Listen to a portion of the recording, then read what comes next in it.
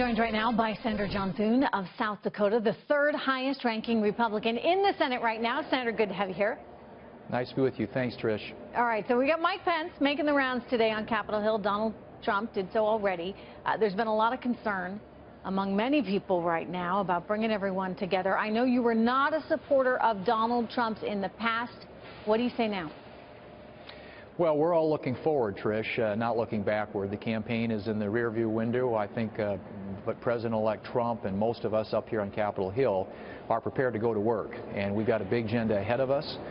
We're pleased to see the presence that he has here. Having Governor Pence on the Hill today, I think, is a welcome sign, because obviously that was not something that President Obama was good at. He didn't spend a lot of time building relationships here on Capitol Hill. And you think that's going to change? I mean, Donald Trump, you know, I got to say, I was watching Bill de Blasio yesterday, mayor of New York City. He had gone in to speak with Trump. He came out and said, you know, we spoke for 62 minutes, and it was a respectful conversation. I mean, the concern, right, among so many is that Donald Trump is not going to be able to get people on board.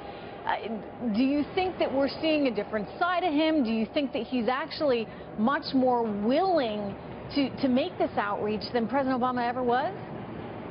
Well, for sure. I mean, I think already what you're seeing, the early signals are that he's working really hard at outreach. He's trying to build coalitions, and that's important if you're going to get anything done around here, and to do big, bold things. And I think he wants to do big, bold things, and so do we.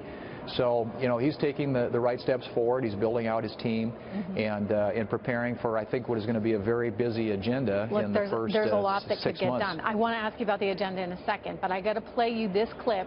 Bernie Sanders and Chuck Schumer basically saying they're not interested in working with you guys or Donald Trump. Here it is. We will go toe-to-toe against the president-elect whenever our values or the progress we've made is under assault. If those promises turn out to be hollow, if they were nothing more than campaign rhetoric, we will not only oppose his economic policies, we will expose that hypocrisy.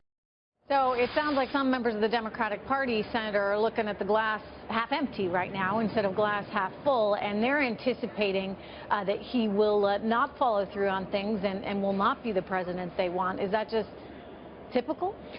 Well, I think it is. I mean, it's that they're having a hard time concealing their disappointment, and obviously they expected to be in the majority, and they're not. But I hope that the Democrats up here will give us an opportunity and to work with the new president.